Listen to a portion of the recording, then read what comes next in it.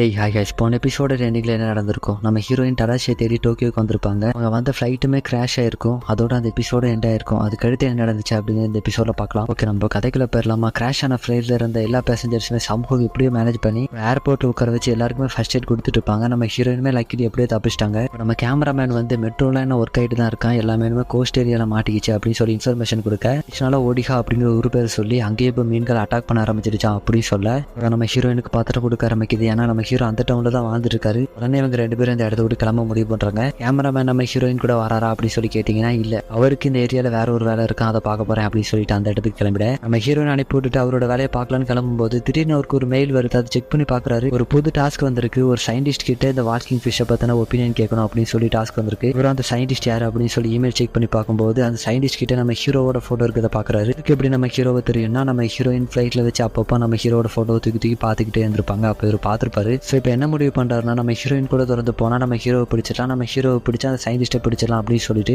நம்ம ஹீரோயினை தேடி நம்ம ஹீரோயின் போன பக்கம் ஓட ஆரம்பிக்கிறாரு. கடைசியில் நம்ம ஹீரோயின் போற ட்ரெயினுமே கண்டுபிடிச்சு வந்துருவாரு. நம்ம ஹீரோயின் கேட்கறாங்க அவர்கிட்ட, உங்களுக்கு வேற ஏதோ வேலை இருக்குன்னு சொன்னீங்க, இப்போ என்ன இந்த பக்கம் அப்படின்னு சொல்லிட்டு கேட்க, நம்ம ரெண்டு பேரும் போக போற பாதை வந்து ஒரே பாதை தான், அது மட்டும் இல்லாம உங்களை பத்தி கொஞ்சம் தெரிஞ்சுக்கிறதா என்னோட ஒர்க்கு கொஞ்சம் நல்லது அப்படின்னு சொல்லிட்டு என்ன ரீசன் சொல்ல மாட்டாரு. நீங்க ஒன்ஸ் டடாஷியை மீட் பண்ண பிறகு நம்ம ரெண்டு பேரும் ஸ்பிட் பண்ணிக்கலாம் அப்படின்னு சொல்லிட்டு நம்ம ஹீரோயின் கூட டிராவல் பண்ண ஆரம்பிக்கிறாரு. நம்ம ஹீரோயினுமே ஒத்துப்பாங்க, கூட ஒரு ஆள் இருந்தா நல்லது தானே அப்படின்னு. இது நல்லா ஸ்மூத்தா போயிட்டு இருக்கு அப்படின்னு சொல்லி நம்ம யோசிச்சுட்டு இருந்திருப்போம். கொடுக்குறா ட்விஸ்ட் அப்படின்ற மாதிரி மொபைலைட் ஒரு மாதிரி ட்ராக்கே பார்த்துட்டு இருக்காரு. அப்படி இந்த சீனை இங்கே கட் பண்ண எரிக்கா ரூமை போட்டு தட்டிக்கிட்டே இருக்கா. என்னாச்சுன்னா ரொம்ப நேரம் எரிக்கா அந்த ரூமை விட்டு வெளியே வரவே இல்லை. உள்ளதான் தட்டி பார்த்தாலும் உள்ள இருந்து எரிக்கா உள்ள வராத அப்படின்னு சொல்லிக்கிட்டே இருக்கா. ஸோ இவெல்லாம் கதவு திறந்துட்டு உள்ள போய் பார்த்தா இவங்க ஃபர்ஸ்ட் டைம் இந்த வீட்டுக்குள்ள வரும்போது இந்த வீடு ஃபுல்லாவே ஒரு மாதிரி கேஸா ஃபில் ஆயிருந்தில்ல, அதே மாதிரியான ஒரு கேஸ் இப்போ அவளோட ரூம் ஃபுல்லா ஃபில் ஆயிருக்கு. எரிக்கா நீ எங்க இருக்கா அப்படின்னு சொல்லி கூப்பிட்டுக்கிட்டே உள்ள போய் பார்த்தா உள்ள கட்டில போர்வையை போட்டு மூடிட்டு படுத்திருப்பா. போர்வைக்குள்ள இருந்து எரிக்கா என் கிட்ட வராத, எனக்கு கொஞ்ச நேரம் மட்டும் தனியா விடு அப்படின்னு சொல்லிட்டு தான் கத்திட்டு இருப்பா. இவள அந்த போர்வை விலைக்கு பார்க்கும்போது அவளோட உடம்பு ஒரு மாதிரி கிரீனிஷா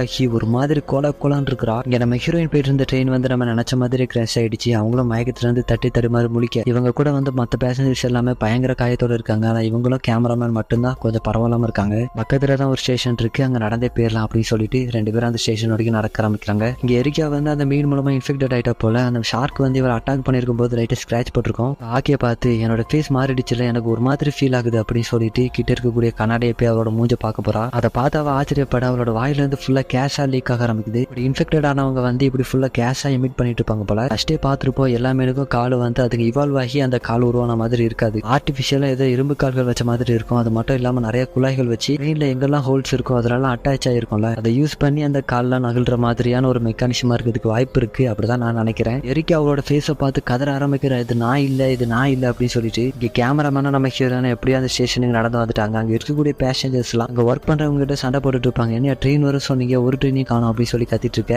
சரி எங்களுக்குமே தெரியல, வர வேண்டிய ட்ரெயின்லாம் திடீர்னு சஸ்பெண்ட் ஆயிட்டே இருக்கு அப்படின்னு சொல்ல, பசங்களுக்கு தான் ஆன்சர் தெரியுமே, இவங்களுக்கு நடந்த மாதிரி தான் மற்ற ட்ரெயினுக்கும் நடந்திருக்கணும் அப்படின்னு சொல்லி இவங்க இங்க யோசிக்க, சரி சிட்டில நிலவரம் எப்படி இருக்கு அப்படின்னு சொல்லிட்டு மேலே போய் பார்த்தா போக வேண்டிய பாதைக்கு ஈஸியான பாதையா பிடிச்சுதான் போகலாம் ட்ரை பண்ணிட்டு இருந்திருப்பாங்க. இதெல்லாம் இந்த சிட்டியை பார்க்கும்போது இந்த சிட்டில எந்த ஒரு அட்டாக்கும் இல்லாத மாதிரி தான் இருந்திருக்கும். ஆனா இவங்க வந்த நேரம் அந்த மீன்களும் இங்கேயே வந்துடுச்சு. மக்கள் எல்லாம் திருச்சி ரோட்ல ஓடிட்டு இருப்பாங்க. யாரெல்லாம் கண்ட்ரோல் இல்லாம எங்கெங்கெல்லாம போய் முட்டி மக்கள் எல்லாரும் கொத்தா செஞ்சுட்டு இருக்காங்க. மீன்களால சாகிறவங்களோட எண்ணிக்கையை விட பதறத்துல சாகிறவங்களோட எண்ணிக்கை வந்து ரொம்பவுமே அதிகமா இருக்கு. நம்ம ஹீரோயினுக்கு ஒரு அன்னோன் நம்பர்ல இருந்து கால் வர ஆரம்பிக்குது. நம்ம ஹீரோயின் யாரா இருக்கும் அப்படின்னு சொல்லிட்டு அட்டன் பண்ணி காத்துல வச்சா அந்த சைட்ல இருந்து பேசுறது நம்ம ஹீரோ தான். நான் டடாஷி பேசுறேன் அப்படிங்கிற வார்த்தை மட்டும் தான் நம்ம ஹீரோயின் கேக்குது. இருந்து நம்ம ஹீரோயின் ஆச்சரியத்துல டடாஷி இது நீயா அப்படின்னு சொல்லிட்டு அடுத்து பேசலாம்னு போகும்போது அந்த சைட்ல இருந்து ஒரு வார்த்தையும் வரல. ஆக்சுவலா நெட்வொர்க் ஒழுங்கா கிடைக்க மாட்டேங்குது, நீங்க அங்க பேசுறது கேட்க மாட்டேங்குது அப்படின்னு சொல்லிட்டு நம்ம ஹீரோயின் கத்திட்டு இருக்க.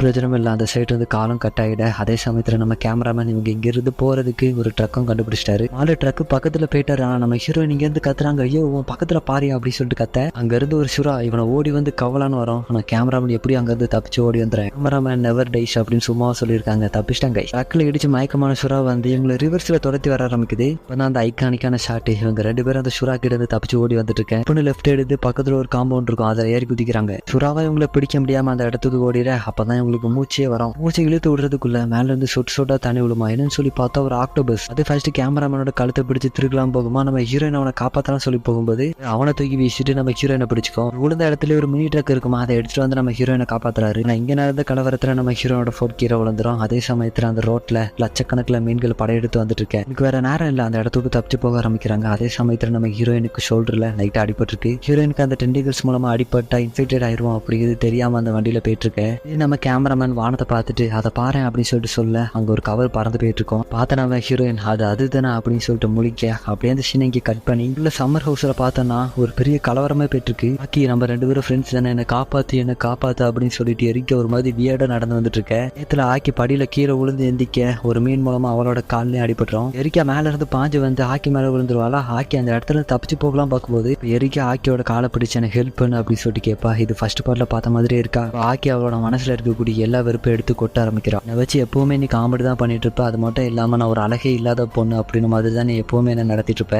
இப்போ உன்னோட நிலைமையை பாத்தியா எவ்வளவு கேவலமா இருக்குன்னு உனக்கே தெரியுமா அப்படின்னு சொல்லிட்டு சொல்லும்போது கேட்பா. ஆக்கி எனக்கு புரியல நீ என்ன சொல்ல வர அப்படின்னு சொல்லி கேட்க, நீ கோரியோட ஃப்ரெண்டு கூட அப்படி இப்படி இருக்க ட்ரை பண்ணதானே, அதை மட்டும் அவ கண்டுபிடிச்சா உன்னை கண்டிப்பா சும்மாவே விட மாட்டா. நீ எப்படி இருக்குன்னு தெரியுமா, உன்னோட கேரக்டருக்கு ஏத்த மாதிரியான ஒரு மூஞ்சோட இருக்கா அப்படின்னு சொல்லிட்டு 2 பேரும் மாத்தி அடிச்சுக்க ஆரம்பிக்கிறாங்க. அதோட எக்ஸ்டெண்டா ஆக்கியோட கையில வந்து ஒரு கல்லு கிடைக்கும், அதை எடுத்து அவளை மூஞ்சில போட்டு டங்குன்னு அடிக்க ஆரம்பிக்கிறா. இங்க அதே சமயத்துல நம்ம ஹீரோயினும் கேமராமேனும் ஒடைபா அப்படிங்கிற ஒரு சிட்டியை நோக்கி போறாங்க. இந்த சிட்டியில தான் நம்ம ஹீரோ ஒர்க் பண்ணக்கூடிய ரேடியோ ஸ்டேஷன் இருக்கு. அப்ப இங்கதான் இருக்கணும் அப்படின்னு சொல்லிட்டு இவங்க 2 பேரும் இங்க வந்திருப்பாங்க. அந்த சிட்டிக்குள்ள யாரையும் போக விடாம ஒரு படையா இருக்கு. இங்க என்னாச்சு அப்படின்னு சொல்லிட்டு இவங்க 2 பேரும் போய் கேட்கும்போது சிட்டிக்குள்ள வாக்கிங் பீஸ் அலோவ் பண்றதை நாங்க வந்து குறைக்கலான் இருக்கோம், அதனால யாரையுமே இந்த இடத்துக்கு அலோவ் பண்ண முடியாது அப்படின்னு சொல்ல நம்ம ஹீரோயின் அவங்க கிட்ட கேட்கறாங்க அந்த சிட்டியில உள்ள சிவிலியன்ஸ்க்குலாம் என்னாச்சு அப்படின்னு சொல்லிட்டு கேட்கும்போது இவனுங்க ஆன்சரே பண்ண மாட்டானுங்க. அந்த சிட்டிக்குள்ள யாரையுமே அலோவ் பண்ண முடியாது அப்படிங்கிறதே திரும்ப சொல்லிட்டு இருக்க. அவனுங்களை தள்ளி விட்டுட்டாட்டா நம்ம ஹீரோயின் உள்ள போயிடலாம் அப்படின்னு சொல்லி ட்ரை பண்ணுவானுங்க. ஆனா நம்ம ஹீரோயின் அவங்க வெளியே இழுத்து போட்டுட கண்டிப்பா அங்க உள்ளதா இருக்கணும், இவங்க ஏன் இப்படி பண்றாங்க அப்படின்னு சொல்லிட்டு நம்ம ஹீரோயின் இங்க வருத்தத்துல இருக்கும்போது அப்படியே ஸ்பாண்டனியஸா சம்மர் ஹவுஸ்ல இவ எரிக்கவ அடிச்சு கொண்டுட்டா போல நடந்த டிராமாலேயே ஒரு மாதிரி பித்து பிடிச்ச மாதிரி ஆயிட்டா. எல்லாரும் எங்க போனீங்க, நான் அந்த இடத்துல தப்பிச்சாகணும் அப்படின்னு சொல்லிட்டு ஒரு மாதிரி நடந்து போக ஆரம்பிக்கிறா. அதே சமயத்துல எரிக்கா சாகும் தருவாயில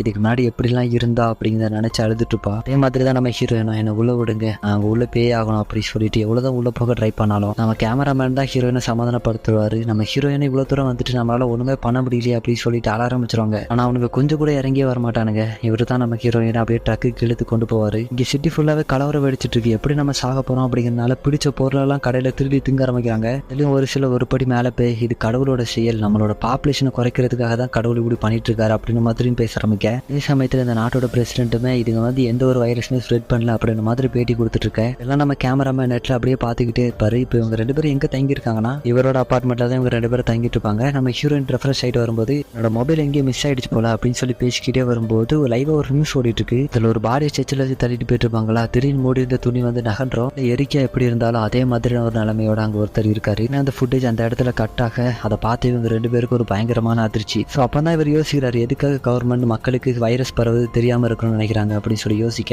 ஆனா இவரோட வாழ்க்கையில நடந்த ஒரு விஷயத்தை பத்தி சொல்றாரு, எதுக்காக கேமராமேன் ஆகிறத சூஸ் பண்ணேன் அப்படின்னு சொல்லிட்டு. இவரோட அப்பா வந்து தப்பே பண்ணாத ஒரு குற்றத்துக்காக கைது பண்ணப்பட்டிருக்காரு. வருடங்கள் ஜெயில இருந்த பிறகு இவர் உண்மையான குற்றவாளி இல்லை அப்படின்னு சொல்லி ரிலீஸ் பண்ணியிருக்காங்க. ஆனா சொசைட்டில அவரை என்னமே ஒரு குற்றவாளி மாதிரி தான் பார்த்துட்டு இருந்திருக்காங்க. அந்த அவமானத்திலே அவர் தூக்கு மாட்டி இறந்து போயிருப்பாரு. என்னோட அம்மாவுமே உண்மையான குற்றவாளி இன்னும் கண்டுபிடிக்கவே படலை அப்படிங்கிற ஒரு வருத்தத்திலே இறந்து போயிருப்பாங்க. இதனாலதான் நான் ஒரு கேமராமேன் ஆகணும் அப்படின்னு சொல்லி முடிவெடுத்தேன். ஆனா இப்போ கூட என்னால எது உண்மை அப்படிங்கிறத சொல்ல முடியல. இப்படி பேசிட்டு இருக்கும்போது நம்ம ஹீரோ என்ன சொல்றாங்கன்னா, நான் எதையும் கண்ணால பாக்குற வரைக்கும் நம்ப மாட்டேன், என்னை பொறுத்த வரைக்கும் தகாஷி எங்கேயோ உயிரோட தான் இருக்காரு, நான் அதை இன்னுமே நம்புறேன் அப்படின்னு சொல்லிட்டு அவங்க சொல்ல. அதே சமயத்துல இவர் தேடக்கூடிய ஒரு சயின்டிஸ்டோட ப்ரோட்காஸ்ட் பாக்குறாங்க. பார்த்த நம்ம ஹீரோயின் நான் இவரை நிறைய தடவை பார்த்துருக்கேன் தகாஷி கூட அப்படின்னு சொல்ல. லாஸ்ட் டைம் கூட தகாஷி அவர்கிட்ட ஏதோ வாக்கிங் பிஷை பத்தி கேட்கணும்னு சொல்லி பேசிட்டு இருந்தா, அவர் எங்க இருக்காரு அப்படிங்கிறது எனக்கு தெரியும் அப்படின்னு சொல்லிட்டு சிவராகானே அப்படிங்கிற ஒரு இடத்த நோக்கி போக ஆரம்பிக்கிறாங்க. அங்க போன மட்டும் தகாஷி இருக்காரா அப்படிங்கிறது இவங்களுக்கு தெரியும் அப்படிங்கிற ஒரு நம்பிக்கையில போறாங்க.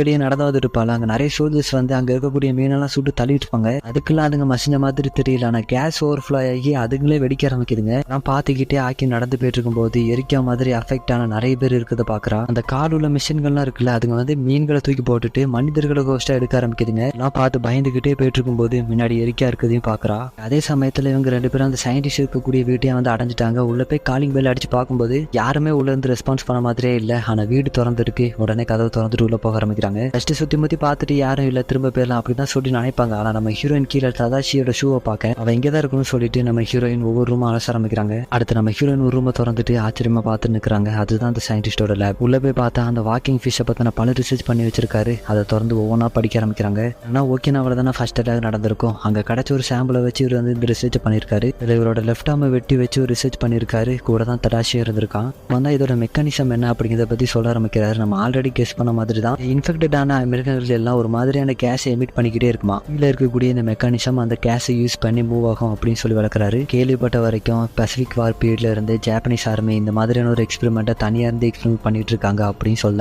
இவர் இங்க சொல்லிட்டு இருக்கும் போது அங்க எரிக்காவும் இதோட ஹோஸ்டா மாறிட்டு இருக்கிறத காமிக்கிறாங்க. உங்களுக்கு காமிக்க முடியாது. எரிக்க அந்த மிஷின்ல போய் உட்கார்ந்ததும் 2 பைப் அவளோட வாயில சொருகுது. பாடியில எங்கெல்லாம் ஹோல் இருக்கோ அதுல அந்த பைப்பு சொருக்கி அதுல வரக்கூடிய கேஸை பம்ப் பண்ணி மெக்கானிசம் மூவ் ஆகுறத நமக்கு இங்க காமிக்கிறாங்க. அப்படியே பேக்ரவுண்ட்ல நம்ம சயின்டிஸ்ட் வாய்ஸ் ஓவரோட அந்த லேப்ல உண்மையாவே என்ன நடந்து அப்படிங்கறத காமிக்கிறாங்க. ஒரு வைரஸை கிரியேட் பண்ணி அது விலங்குகள் மேல டெஸ்ட் பண்ணும்போது அது ஒரு மாதிரியான கேஸ் எமிட் பண்ணிக்கிட்டே இருந்திருக்கு. வைரஸோட சைடு எஃபெக்டா அந்த விலங்குகளால மூவ் பண்ண முடியாம போயிருமா.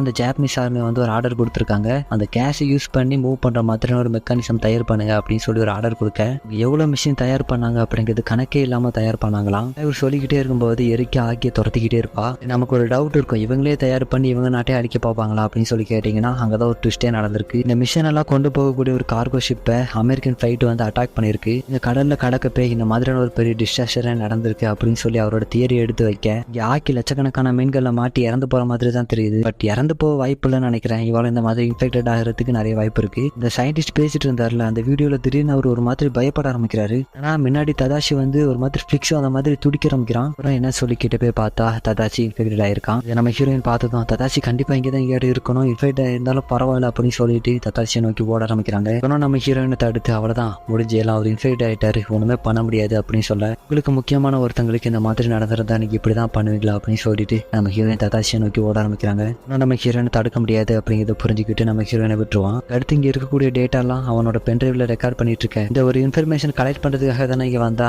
அவர்கிட்ட ஒரு ஒப்பீனியன் கேட்கணும் அப்படின்னு சொல்லி வந்திருப்பான். இவன் எதிர்பார்த்ததுக்கு மேலே இங்க கிடைச்சிருக்கும். ஸோ பென்ட்ரைவ் எடுத்து அவன் ரெக்கார்ட் பண்ண ஆரம்பிக்க நம்ம ஹீரோயின் ஒரு கதவு கிட்ட போய் நிற்க அந்த கதவு உள்ள லாக் ஆயிருக்கு. என்ன பண்றது அப்படின்னு சொல்லி முடிச்சிட்டு இருக்கும்போது அந்த இடத்துக்கு கேமராமேன் வராரு. என்னாச்சு உங்களோட வேலையை முடிச்சிட்டீங்களா அப்படின்னு சொல்லி கேட்க அவன் முடிச்சிட்டேன் அப்படின்னு சொல்லிட்டு கையில ஒரு சாவி எடுத்து காமிக்கிறாரு. அந்த ரூம்ல பார்த்து நமக்கு தேவைப்படும் சொல்லி தான் எடுத்துட்டு வந்தேன் அப்படின்னு சொல்லிட்டு அந்த டோரை திறந்தா அந்த டோர் ஓப்பன் ஆயிரும். உள்ள 2 பேரும் நடந்து போகும்போது ஒரு மாதிரி ஸ்மெல் அடிக்க ஆரம்பிக்குது. ஸோ நமக்கு புரிஞ்சிருக்கும் என்ன நடந்திருக்கும் அப்படின்னு. உள்ள தடாஷி இன்ஃபெக்டட் ஆயிருக்காரு. அதை பார்த்து நம்ம ஹீரோயின் கதற ஆரம்பிக்கிறாங்க. கேமராமேனும் என்ன சொல்றதுன்னு தெரியாம முடிச்சிட்டு இருக்கும்போது அந்த இடத்துக்கு அந்த சயின்டிஸ்டா வந்துருவாரு. அவர் அங்க வந்து அந்த மிஷின்ல இருக்கக்கூடிய ஒரு பட்டன் அமுத்தி விட அந்த மிஷின் வந்து மூவ் ஆக ஆரம்பிக்குது.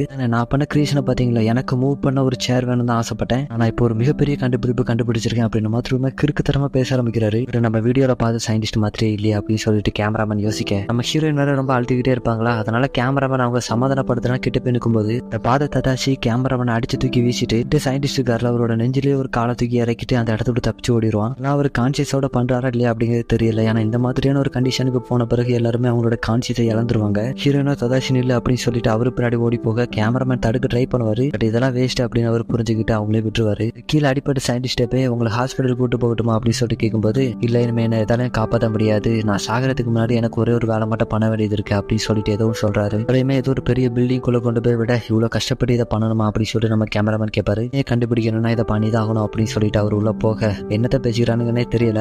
நம்மளும் அவரோட பென்ட்ரைவ் எடுத்து அவரோட லேப்ல கனெக்ட் பண்ணிட்டு இதுதான் உண்மை அப்படின்னு அதை நெட்ல பப்ளிஷ் பண்ற மாதிரி தான் தெரியுது. நம்ம ஹீரோயின் ததாஷியை தேடி ஒவ்வொரு ஏரியாவா அலைஞ்சிட்டு இருக்கும்போது அங்க ஒரு சோல்ஜர் ததாஷியை ஷூட் பண்ணிட்டு இருக்கதை பாக்குறாங்க. இவர் இங்க தடுத்துட்டு அங்க பார்த்தாங்க ததாஷியை காணும். அதே சமயத்துல பின்னாடி ஏதோ ஒன்று பெருசா வர மாதிரி ஃபீல் பண்றாங்க. ஆனா இந்த மாதிரி இன்ஃபெக்டட் ஆனவங்களை மொத்தமா சேர்த்து வச்சு ஒரு ஜெயன் பால் மாதிரி ஒன்று நடந்து வந்துட்டு இருக்கு. எப்படின்னா கிட்ட இன்ஃபெக்டட் ஆனவங்க இருப்பாங்கல்ல, அவங்களை வந்து அட்ராக்ட் பண்ணி அது மேல அப்படியே சேர்த்து வச்சு ஒரு ஜெயன் பால் மாதிரி ஆயிருக்கு. என்ன கருமண்டா இது அப்படின்னு நம்ம ஹீரோயின் அதை பார்த்துட்டு இருக்கேன். அதே சமயத்துல நம்ம கேமராமான ஹீரோயினை தேடி இதே ஏரியாவுக்கு வந்திருப்பாரு. ஆனா நம்ம ஹீரோயின் அந்த இடத்துல இல்ல. அதுக்கு பதிலா ரோட்ல பார்த்தா ஊர்ல இருக்கக்கூடிய எல்லா விலங்குகளுமே இன்ஃபெக்டட் ஆயிருக்கு. அதை பார்த்துக்கிட்டே போகும்போது நட் ரோட்ல ஸ்ட்ரேஞ்சா ஒரு டென்ட் இருக்கிறத பாக்குறாரு. உடனே உள்ள போய் பார்த்தா இன்ஃபெக்டட் ஆன ஆட்களை வச்சு ஒருத்தன் சர்க்கஸ் மாதிரி நடத்திட்டு இருக்கான். வைத்திய மாதிரி கேஸுக்கு எல்லாம் உயிர் இருக்கு அப்படின்ற மாதிரி சொல்லிட்டு இருப்பானா. அதே சமயத்துல அங்க எக்ஸ்பிஷன் பண்றதுக்காக ஒருத்தர் வந்திருப்பாரு. ஒரு தீய ஊத இன்ஃபெக்டட் ஆன ஆள வச்சா அந்த கேஸ் பட்டு கீழே நிறைய பேர் அலற மாதிரியான சவுண்ட் கேக்குது. நம்ம கேமராமேனுக்கு கேமரா வச்சு பார்க்கும்போது அதுல எதுவுமே கேப்சர் ஆக மாட்டேங்குது. கண்ணால பார்த்தா மட்டும்தான் தெரியுது. அதான் அந்த கிறுக்க வந்து உங்களுக்கான ஒரு மிகப்பெரிய கண்டுபிடிப்பு அப்படின்னு சொல்ல அங்க ததாசியை பிடிச்சு வச்சிருக்கான். வந்து நார்மல் மிஷின் மாதிரி இல்லாம ஃபியூச்சரிஸ்டிக்கா வேற மாதிரி இருக்கு அப்படின்னு சொல்லி காமிப்பானா. ஏன்னா இது வந்து கப்பல்ல இருந்து வந்தது கிடையாது, நம்ம சயின்டிஸ்டே அவருக்காக உருவாக்குனது. இந்த இடத்துக்கு நம்ம ஹீரோயினுமே வந்துருவாங்க. ததாசி அந்த இடத்துல இருந்து தப்பிச்சு ஓட ஆரம்பிக்கிறாரு. வெளியே வந்து பார்த்தா ததாசியை சுத்தி ஆயிரக்கணக்கான இன்ஃபெக்டடான ஆட்கள் இருப்பாங்க. நம்ம ஹீரோயின் வந்து ததாசி நம்ம வீட்டுக்கு போயிடலாம் என் கூட வா அப்படின்னு சொல்லி கூப்பிட இருக்குமே கொஞ்சம் கான்சியஸ் இருக்குதுன்னு நினைக்கிறேன். நம்ம ஹீரோயின் நோக்கி போகும்போது மத்ததுங்களாம் இவரை தடுக்கிறதுக்காக வருதுங்க. என்ன காரணம் தெரியல, திடீர்னு எல்லாமே சுத்திட்டு ததாசி அட்டாக் பண்ண ஆரம்பிக்குதுங்க. அங்க ததாசி கடைசி சாகிறதுக்கு முன்னாடி நம்ம ஹீரோயின் நோக்கி கை தூக்கி காமிப்பாரு. பார்த்த நம்ம ஹீரோயின் உடனே ததாசி கிட்ட அவரோட கையை பிடிக்கலாம் அப்படி சொல்லிட்டு போவாங்க. கேமராமேனுமே அது வேணா டேஞ்சர் சொல்லி தடுக்கலான்னு போகும்போது அவருக்குமே அந்த இடத்துல அடிபட்டுருது. கடைசியில அவங்க 2 பேரோட கையுமே கிட்ட வந்து மீட் பண்ண முடியாம போகுது. ஊர்ல இருக்கக்கூடிய மாடு சுறா எல்லாமே சேர்ந்து வந்து ததாசியை பிச்சு எறிய அந்த இடத்துல அவர் இறந்து போறாரு. இந்த ஊர்ல இருக்கக்கூடிய எல்லா மிருகங்களும் சேர்ந்து அவர் அட்டாக் பண்ண வருதுங்க அப்படிங்கிறது தெரியல. பட் அப்படியே அந்த சீன் இங்கே கட் பண்ண என்ன பண்ணலாம் அப்படின்னு சொல்லி கேமராமேன் ஒரு பார்க்ல இருந்து யோசிச்சுட்டு இருக்கு. அங்க நம்ம ஹீரோயின் சோகத்துல உட்காந்து வந்திருப்பாங்க. இவங்க 2 பேரும் ஒடாய்பா அப்படிங்கிற இடத்துக்கு ததாஷியை தேடி ஃபர்ஸ்ட் போயிருப்பாங்களே. ஆனா அந்த டவுனுக்குள்ள இவங்களை விட்டுருக்க மாட்டாங்க, பிளாக் பண்ணி அனுப்பி விட்டுப்பாங்க. அடுத்து தானே இந்த சயின்டிஸ்டோட வீடு தேடி போயிருப்பாங்க. இப்போ என்னாச்சுன்னா ஒடாய்பா சிட்டி கிட்ட தான் ஒரு கடல் இருக்கு, அந்த வழியா நம்ம ஷிப்ல ஏறி இந்த ஊரை விட்டு தப்பிச்சு போயிடலாம் அப்படின்னு சொல்ல, இப்போ அந்த வழியா தான் உயிரோட இருக்கிறவங்களெல்லாம் கூப்பிட்டு தப்பிச்சு போறாங்க போல. அதை நம்ம ஹீரோயின் கிட்ட சொல்லும்போது இவங்க வரமாட்டேன்னு சொல்றாங்க. எனக்குன்னு சொல்லிக்கு யாருமே உயிரோட இல்லை, அப்புறம் எதுக்காக நான் வரணும் அப்படின்னு சொல்ல, இப்போ ததாஷி மட்டும் உயிரோட இருந்தா இந்த மாதிரி நடக்கணும்னு அவர் ஆசைப்பட மாட்டாரு அப்படின்னு சொல்ல நம்ம ஹீரோயினும் ஒத்துக்கிறாங்க. அப்படியே அந்த ஊரை கடந்து போயிட்டு இருக்கும்போது ஒரு நாள்ல கொடூரமா மாறின அந்த சிட்டியை பார்த்துட்டு போயிட்டே இருப்பாங்க. அப்படி போயிட்டு இருக்கும்போது தான் ஒரு இடத்துல நின்று பாக்குறாங்க. இன்ஃபெக்டடான எல்லாருமே ஒரு பாதையை நோக்கி நடந்து போயிட்டு இருக்காங்க. அதான் நம்ம ஆக்கி எரிக்கா இவங்க 2 பேருமே இன்ஃபெக்டட் ஆகி நடந்து போறதை பார்த்ததும் நம்ம ஹீரோயினுக்கு தோண ஆரம்பிச்சிருது. அதனால நம்ம கேமராமேனை பார்த்து எனக்குன்னு சொல்லிக்க இந்த உலகத்துல இப்போதைக்கு எதுவுமே கிடையாது, நான் வாழ்றது சரிதானா அப்படின்னு சொல்லிட்டு கேட்பாங்க.